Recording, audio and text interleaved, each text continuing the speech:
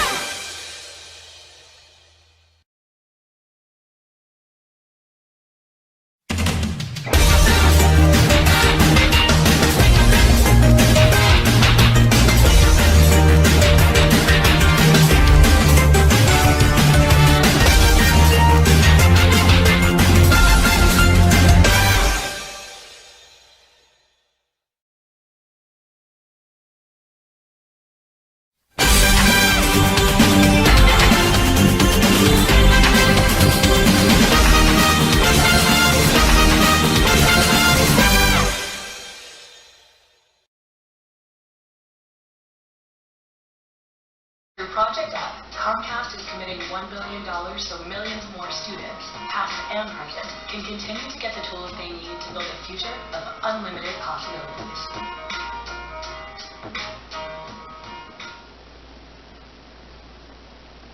It's a love affair that began on October 15, 1951, and 7 decades later, her legend continues to grow. We asked Jim Axelrod to find out why we still love Lucy. On a Hollywood lot, where one of America's biggest stars ever first filmed her groundbreaking show, a young artist named Yolanda Glass has been hard at work. One of the workers who came by, who worked on the lot, he looked up and he was like, "Lucy would be proud of this." I can't describe how encouraging that felt. Yes, count this 30-something among the millions who 7 years after the premiere of I Love Lucy still love Lucy. Still love Lucille Ball stuffing her mouth to keep pace at Kramer's Candy. So why don't you join the thousands of happy people and get a great big bottle of Maya Benjamin? Still love her getting drunk pitching a health tonic that's 23% alcohol. Still love her going mind for mind with Harpo Marx.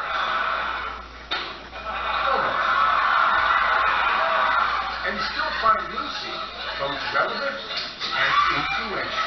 There wouldn't be a myriad of the female and people of color who are comedians out right now without her foundation.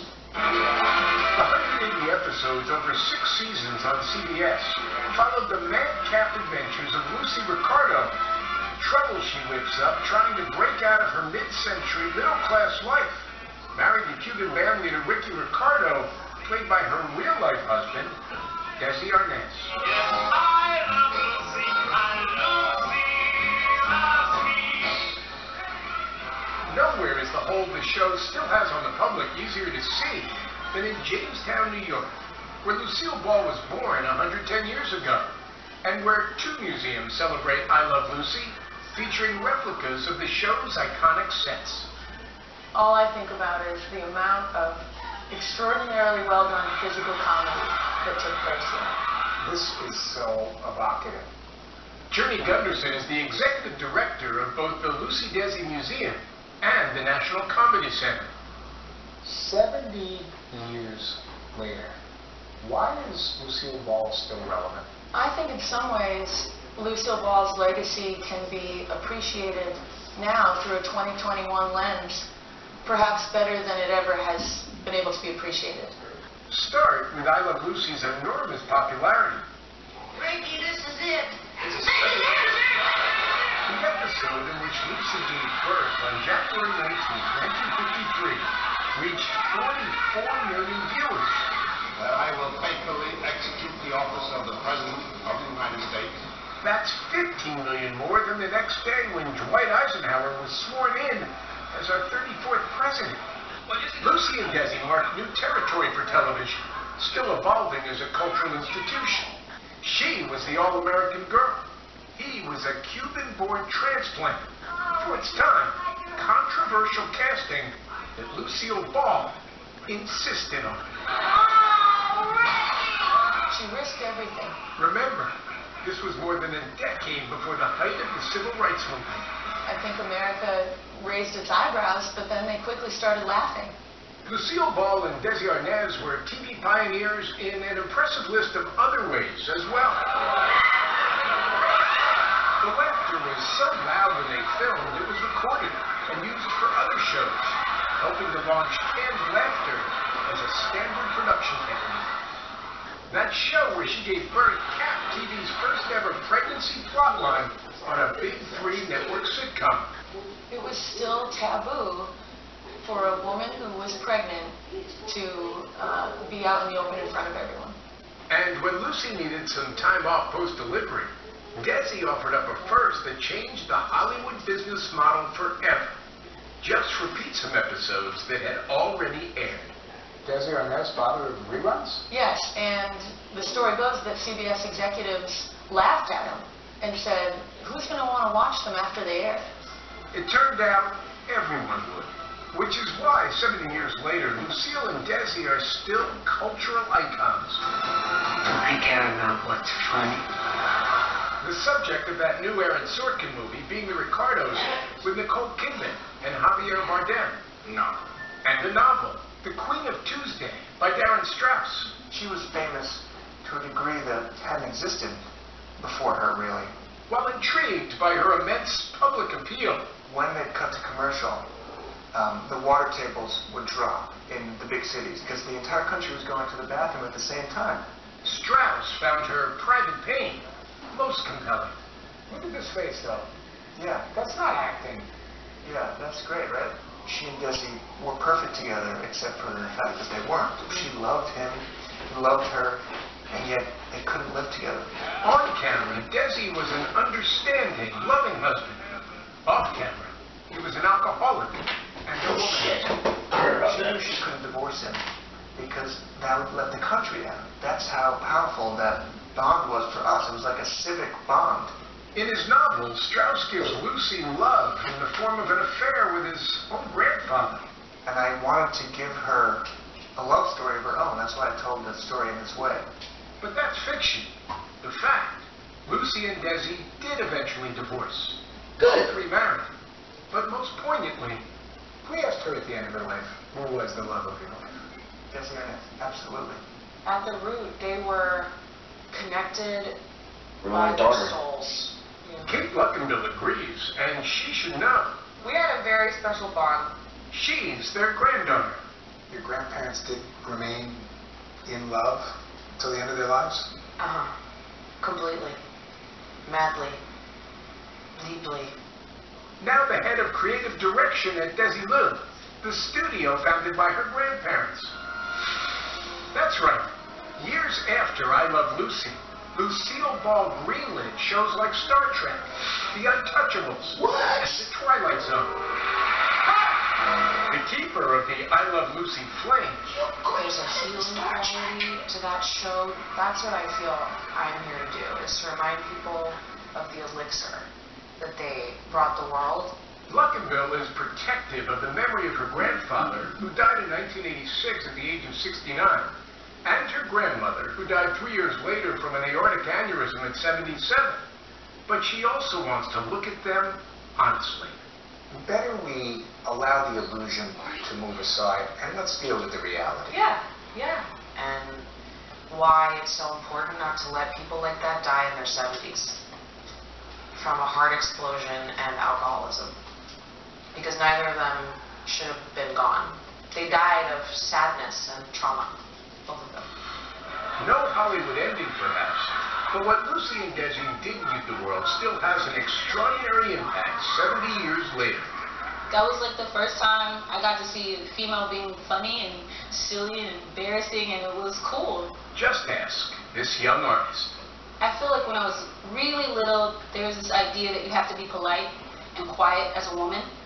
And when I watched her show, that was the first introduction of you don't have to be quiet. You can be funny, you can be loud, and it was okay.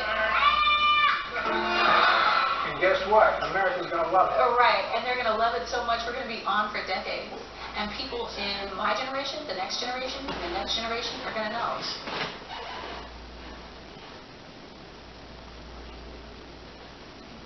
Tracy Smith speaks with the director and two of the biggest stars in the universe about Don't Look Up.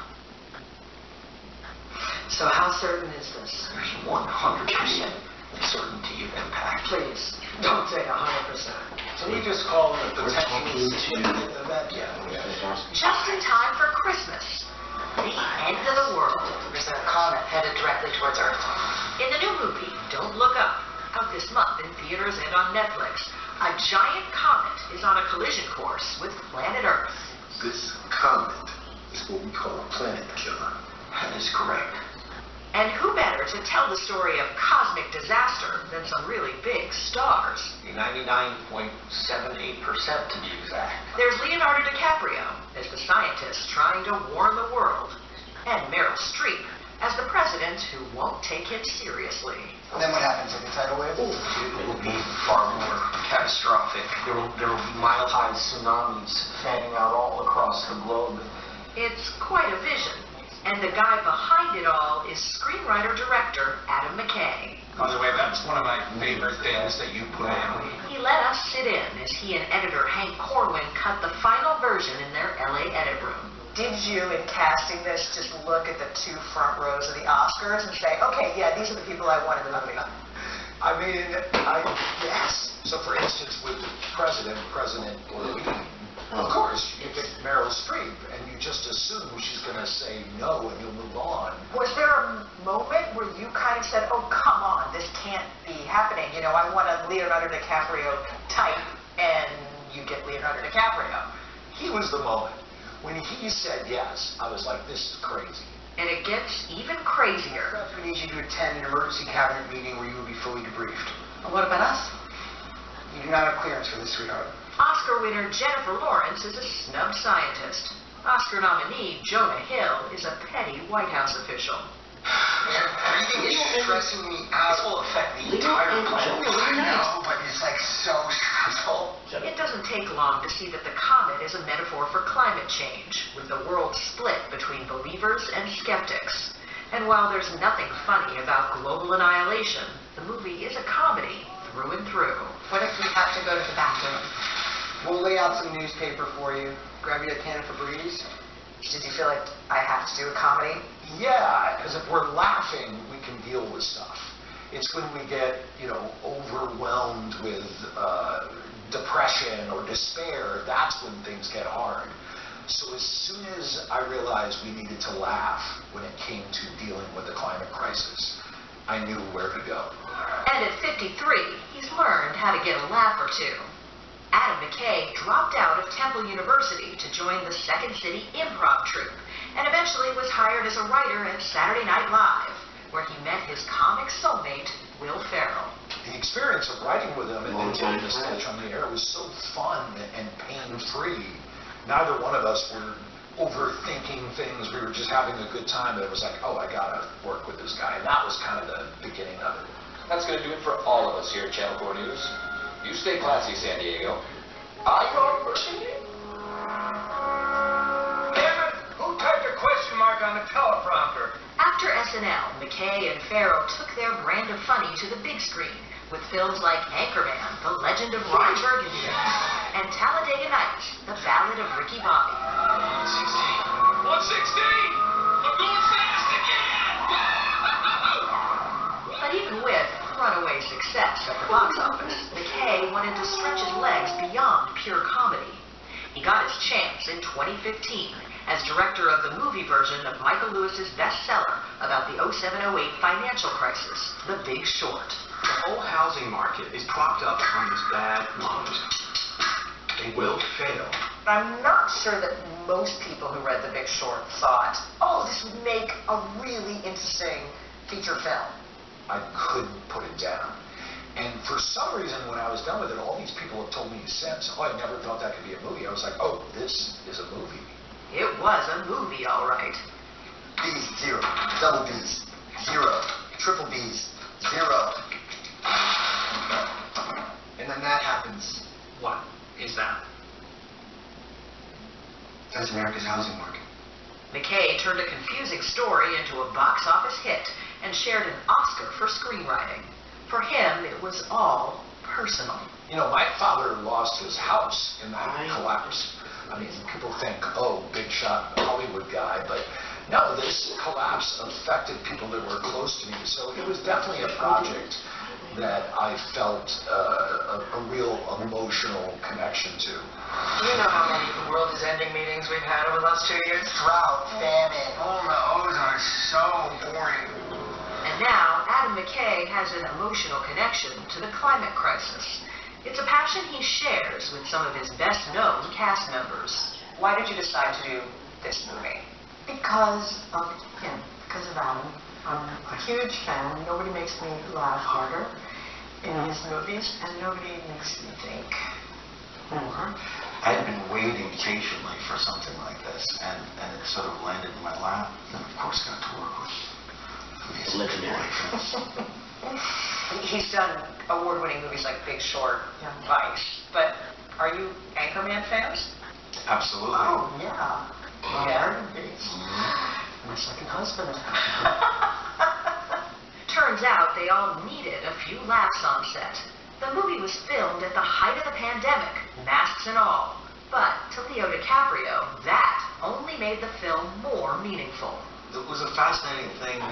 I know this is the 100-year pandemic, but to realize that everyone was going through the same thing simultaneously. And that's why it connected with this screenplay that was about the climate crisis, that we're all going to feel the ramifications of this. And what we're seeing right now with the wildfires and the massive hurricanes and all these catastrophes, it doesn't get better than this. Okay?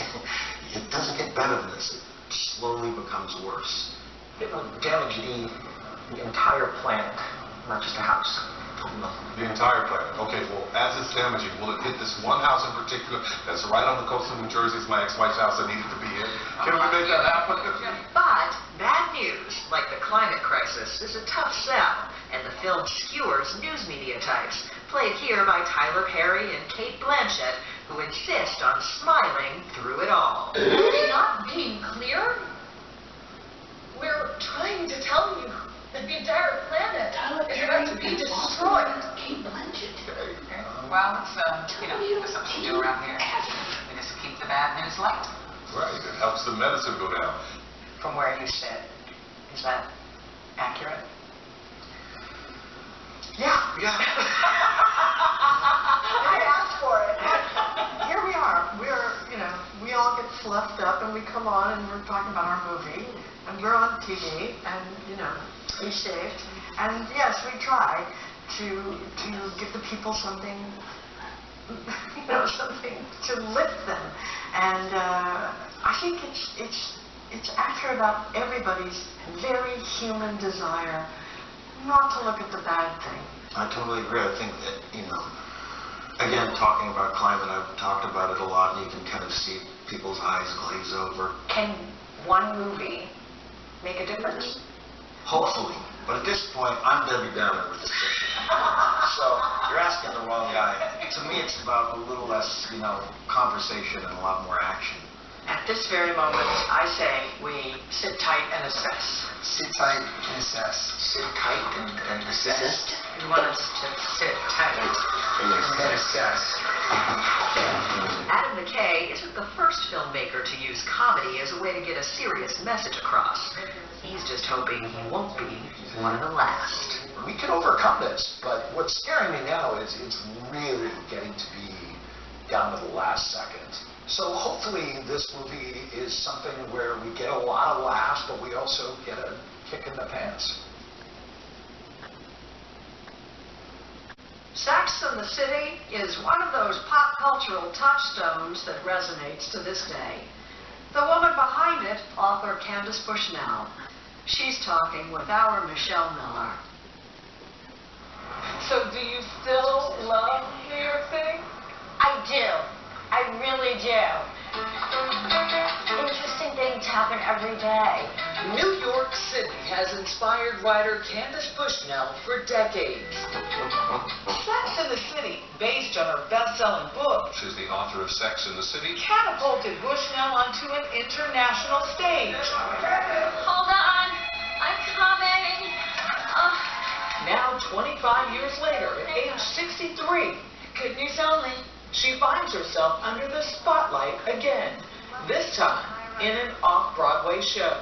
Do I have a shoe obsession like Carrie Bradshaw? Hell no. No. Carrie Bradshaw has a shoe obsession because of me. What's the most fun about being up here? Honestly, the most fun is interacting with the audience. I have women here sometimes who they're like, yes, you go girl, and it's great. Do you want to hear the real story of Mr. Big? I think what I'm doing is I'm looking back and I'm tracing the steps that it took to get here, to see, what it adds up to, I guess. It's my book. The show is largely autobiographical, including Bushnell's take on her life in her 60s, and of course, sex. Two types of postmenopausal women. Those who go sex crazy, and those who never want to see another penis again in their lives. Some people, they get to a certain age and they're done with sex. And that's fine. It's like, you can take a break, it's okay. That might sound surprising coming from a woman who for decades has written about just that. Bushnell's career began when she was 19 and left college for New York City. Sex in the City. It has one foot in sex and one foot in society. In her 30s, she landed her own column based on her own life. Within 5 years, that column morphed into the best-selling book and the hit HBO series starring Sarah Jessica Parker as Carrie Bradshaw. Why are there so many great unmarried women and no great unmarried men? Carrie, of course, was my alter ego. So much of that character comes from my real life. I've been dating since I was 15. I'm exhausted. Where is he? Who, the White Knight? The series followed Carrie and her friends Charlotte, Miranda, and Samantha as they navigated life and love in New York City. Here were women, we were all living unconventional lives. And it was always this idea that, you don't have to feel bad if you haven't followed society's rules about how your life is supposed to be. Does it shock you at all that it's still so incredibly relevant? No, because we're analyzing human beings and human behavior. And those things are universal, really. Bushnell herself married ballet dancer Charles Asgard in 2002. They divorced a decade later. Times have really changed. You don't have to be partnered or live in a family structure to survive. At one time, you kind of did. To date, Bushnell has written 10 novels, 3 that were turned into television shows. I love you. Sex and the City, however, turned into a global sensation, inspiring 2 films. Ladies, your table is ready. And a new HBO series. And just like that. Premiering this week. What is life after not just success, but huge, monumental success? I don't feel like I've had a huge, monumental success. Don't? No, I really don't. just so many other things that I want to do. I still get up every day and work and just keep working, and I have things on the back burners. Some things work, some things don't work. There's, happiness, there's disappointment that didn't work out, but I accept where I am and I'm happy about it. But make no mistake, Candace Bushnell is still looking forward to the next chapter. This show is called Is There Still Sex in the City? Yes. Why was that a question for you? It's not necessarily about sex, just sex per se. It's about things that are sexy, ambition, feeling like, hey, I can still make things happen. Feeling the possibilities. Feeling the possibilities. That's what I think it really is about.